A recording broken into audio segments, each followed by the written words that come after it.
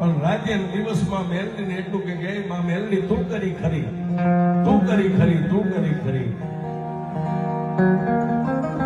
પણ મિત્ર, દુનિયાની મહેરબા જેનો નામ છે ને એનો એક દી નાશ છે. જલમો ઈ જવાનો, કુદરતનો દી કરમ છે. માણા ગમે ત્યાં મરવાનો, પછી માન મેડી હોય, બંગલો હોય, વેરણ વગડો હોય, જલમો ઈ એક દી જવાનો.